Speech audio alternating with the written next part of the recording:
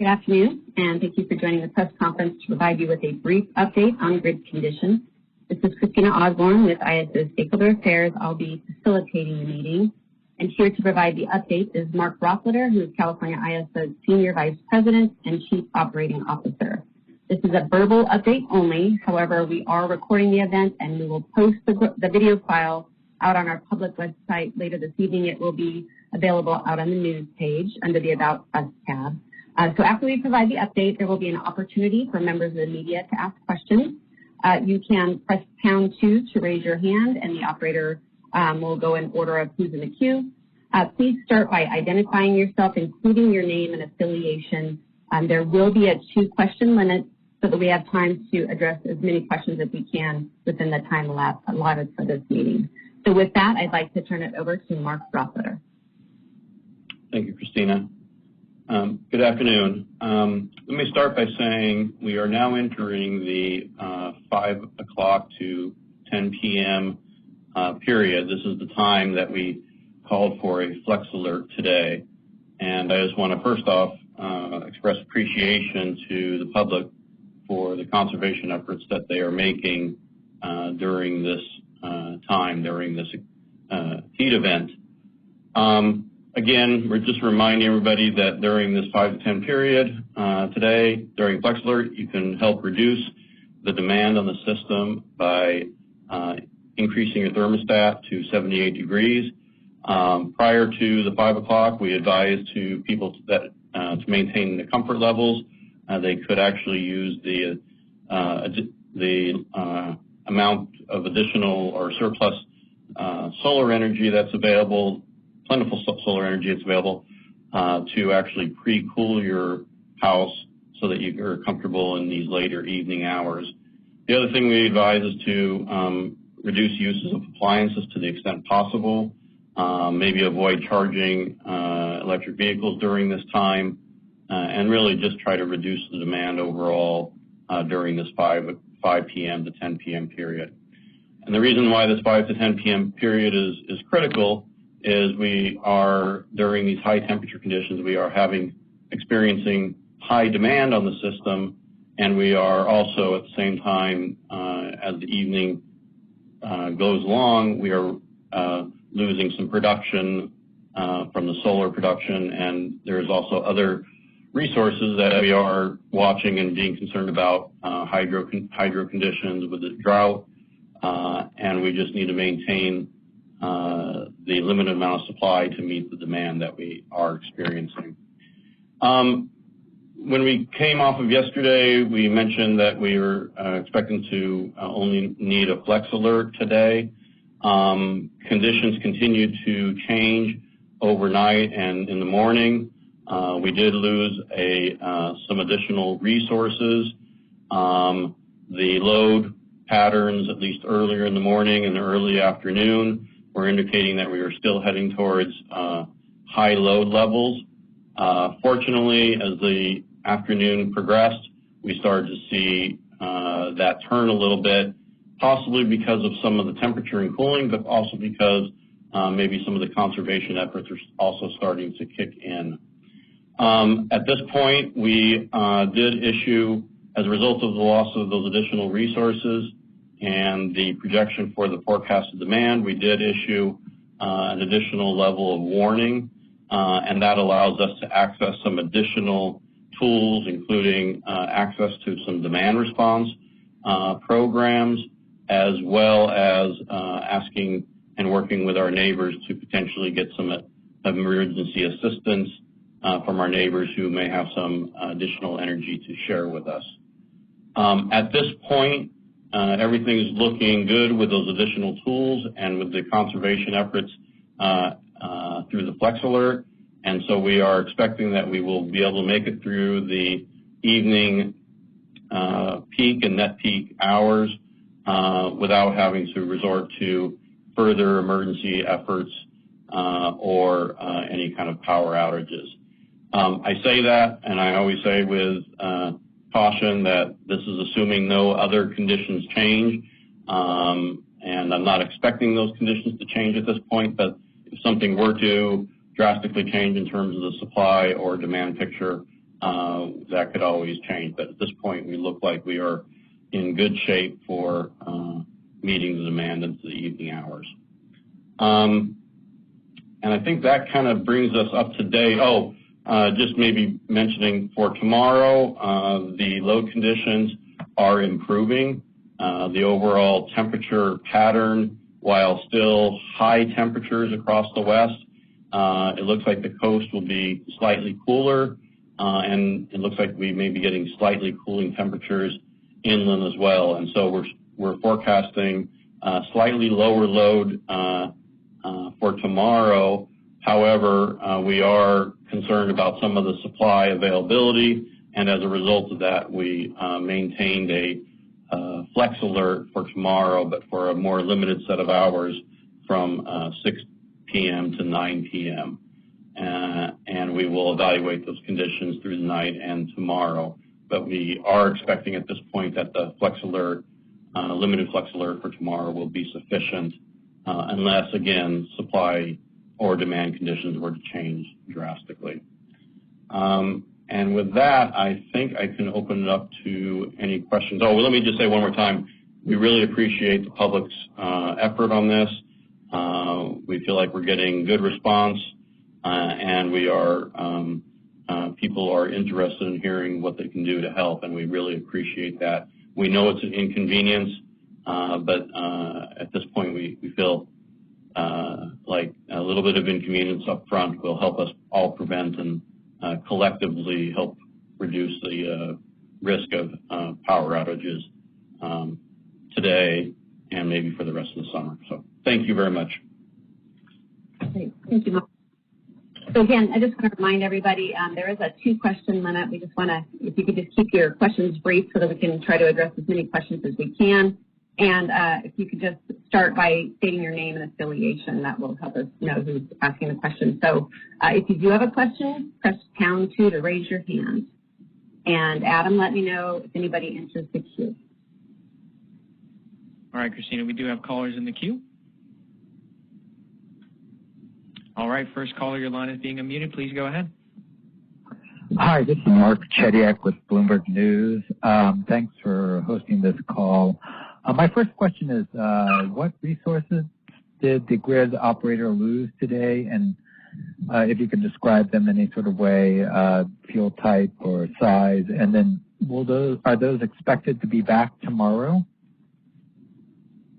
Yeah, at this point what I was referring to, observation was a natural gas resource, and I don't want to get into the exact size, but in total, a couple of resources, I think it was about 1,100 megawatts that were lost. That said, there were also some gas resources that we were not expecting to be available, but they actually got online. So we actually gained there about 600 megawatts of resources. Great, thank you. And as far as the flex alert for tomorrow evening, can you give a little bit more color on why you guys decided to call for that, if the temperatures are going to be, or if the demand is going to be less? Yeah, so the demand will be less, but it's based on the conditions we experienced today and the expectation that some of the resources that were unavailable today were going to continue, or at least we wouldn't have certainty that they would return for tomorrow. We wanted to be cautious and maintain that flex alert for at least a few hours tomorrow. All right, I think we are moving on to the next caller. Caller, your line's being unmuted. Please go ahead. Thank you. It's Dale Kassler with the Sacramento Bee.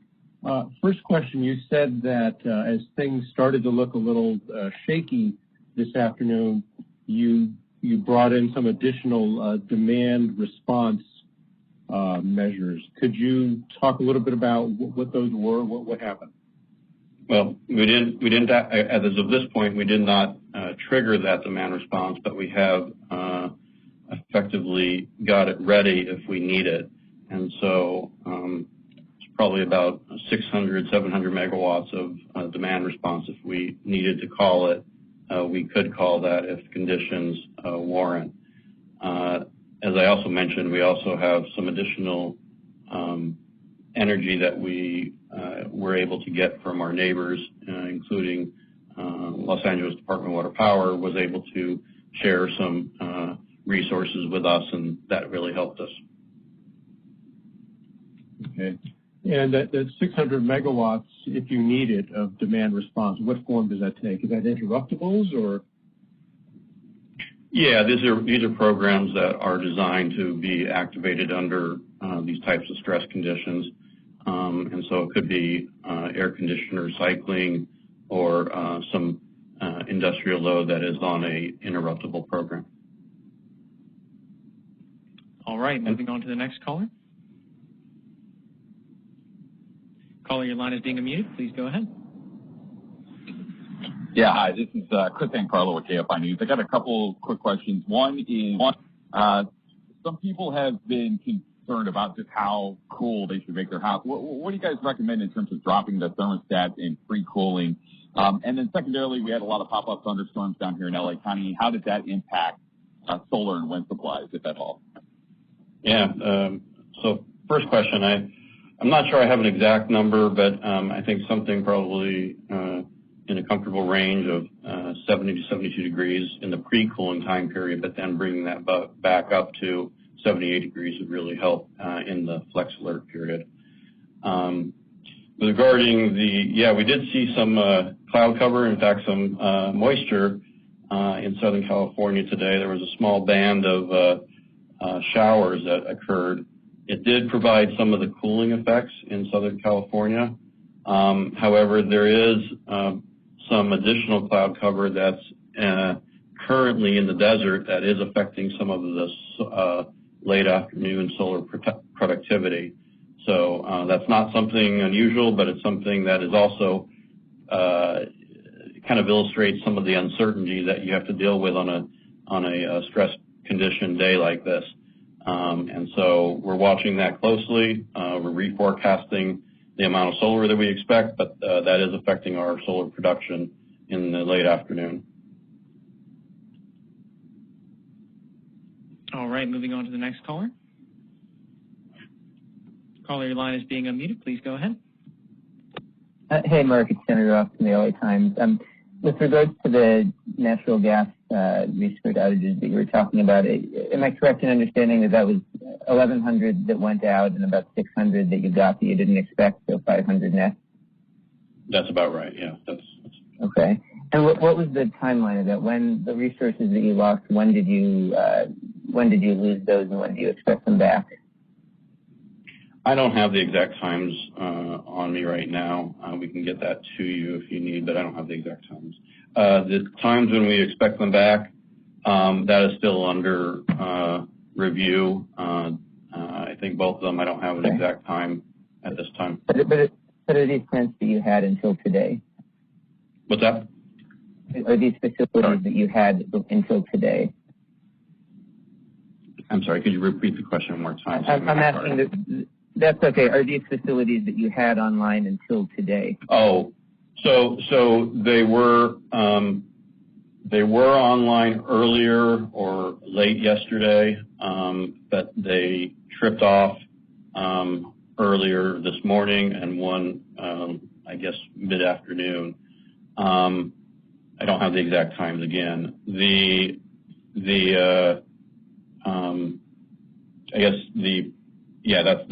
That's where we're at. In terms of the ETA, I don't have the exact return time at this point or expected return time. Right. Now, what I was going to say was those two resources were in the plan from yesterday's day-ahead market to today. So we expected those to be on. And like I said, there were two other resources that came online that were not expected to be on in the day-ahead plan yesterday. So that's where you get that netting. All right, moving on to the next caller. Caller, your line is being unmuted. Please go ahead. Hi, Mark. This is Elizabeth McCarthy from California Current. Thanks for taking these questions. Is the 1,100 megawatts of resources that went offline unexpectedly, did that leave the governor to issue his emergency proclamation to waive the emission limits? And did that also allow the 600 megawatts of gas plants that you mentioned? So the 600 megawatts of gas plants that came online were independent of the governor's proclamation. But the governor's proclamation, the emergency proclamation, does allow now for resources to actually potentially generate additional capability that allows us additional flexibility to navigate these stress conditions. So that's what the emergency proclamation does. It also allows, I think, some backup generators to be able to be used for a short period of time, and actually, I think, helps adjust some of the demand and port load that can be used at this given time. Is that additional load from existing plants or plants that aren't fired up, as well as some of the diesel backup? I think it's both. There's some additional capability from existing plants that can now generate above their permit limits, otherwise permit limit, and then there's other generation that would not have generated that is now able to produce if we need it. All right, moving on to the next caller. Caller, your line is being unmuted. Please go ahead. Yes, hi. Thanks for holding this call, Mark. This is Garrett Herring with S&P Global Market Intelligence. I wanted to ask about regional collaboration. As you're going through this week, are flex alerts and imports being coordinated regionally? And I guess, how are they? Well, I mean, the flex alert is for our system. We're doing that based on our system.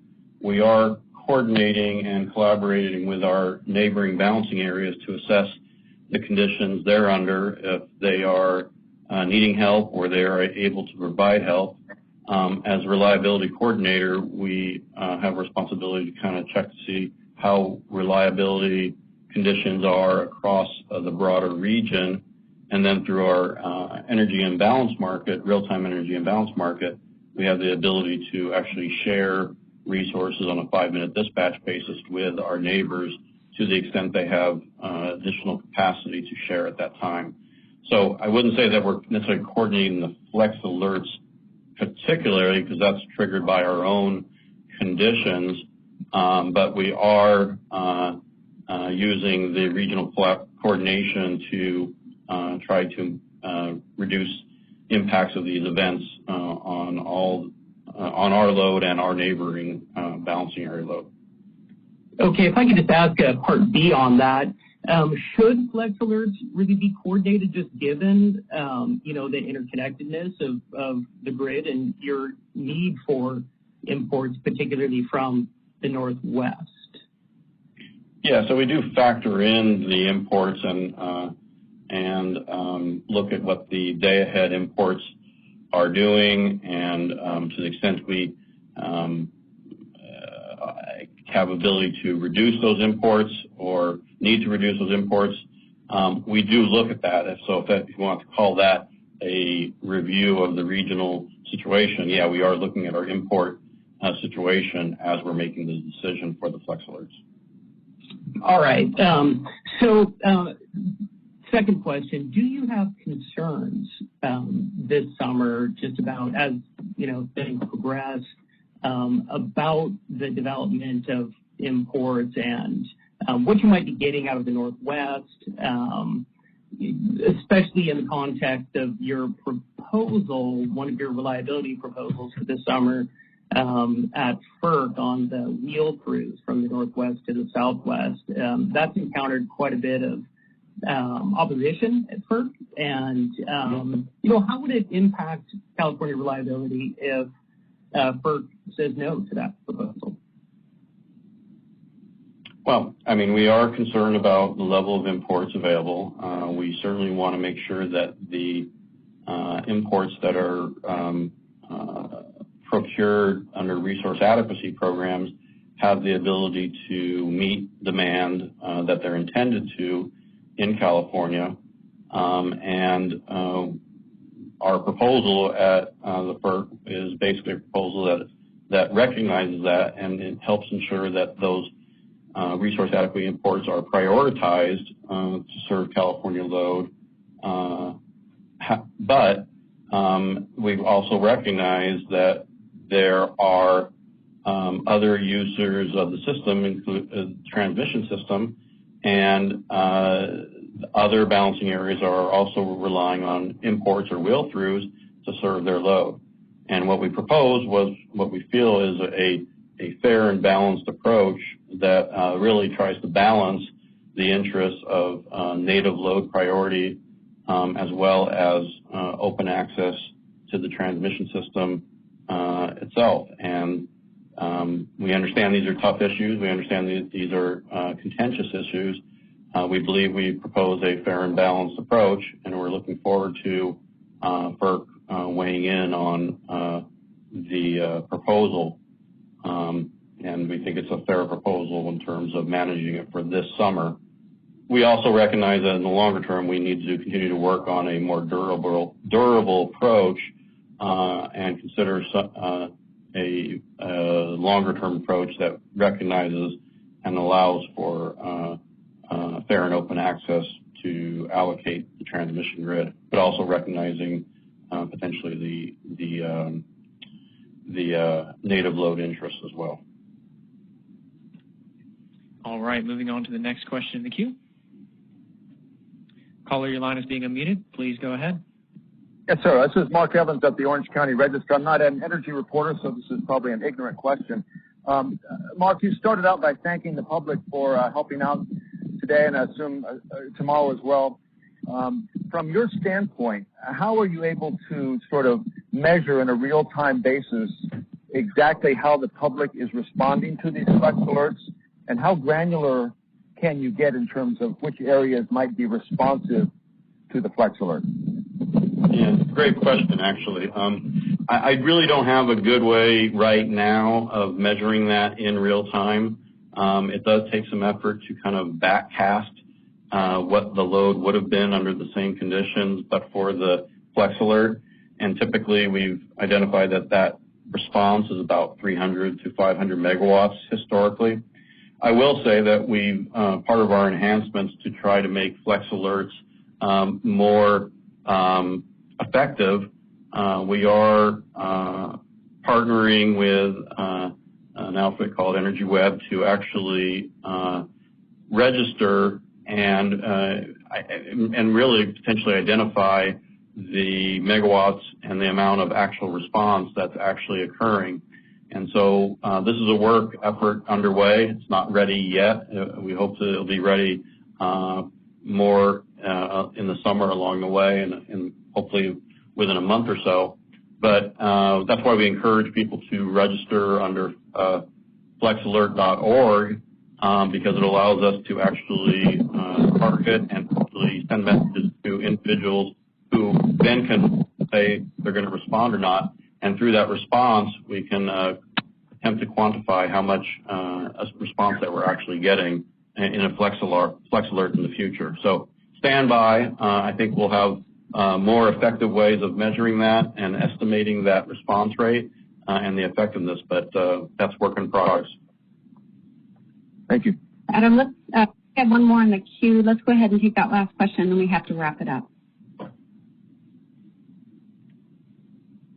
All right, no problem. All right, caller, your line is being unmuted. Please go ahead. Hey, Mark, it's Sammy Roth again. Hope you won't mind the quick follow-up here. I was looking through the outage reports on the CAISO website, and I'll be honest, I haven't looked at every single line of this because there's a lot of them, but the two large gas units that I see that were reported as being forced outages today that weren't on yesterday's are Ormond Beach Units 1 and 2, which collectively have something like 1,200 megawatts. Are those the gas units you were talking about earlier, or is one of them one of those units? I need to go back and check the information. I think one of those was what I was referring to. I'm not aware of the other one that was on a forced outage, but I will go back and take a look. Okay, I'll follow up on that. Thanks. Okay. Great. Thank you, everyone. Thank you, Mark. Really appreciate it. So if you do have follow-up questions, you can send those to the isomedia@CAISO.com mailbox that's listed here on the slide. And just information about Flex Alerts, Heatwave Bulletin, our System Conditions Bulletin, that those can all be found on the news page, which is located under the About Us tab on the ISO's website. So thank you all for joining us. Really appreciate the questions and enjoy the rest of your day. Stay cool. Thank you, ladies and gentlemen, for joining. This concludes our call, and you may now disconnect.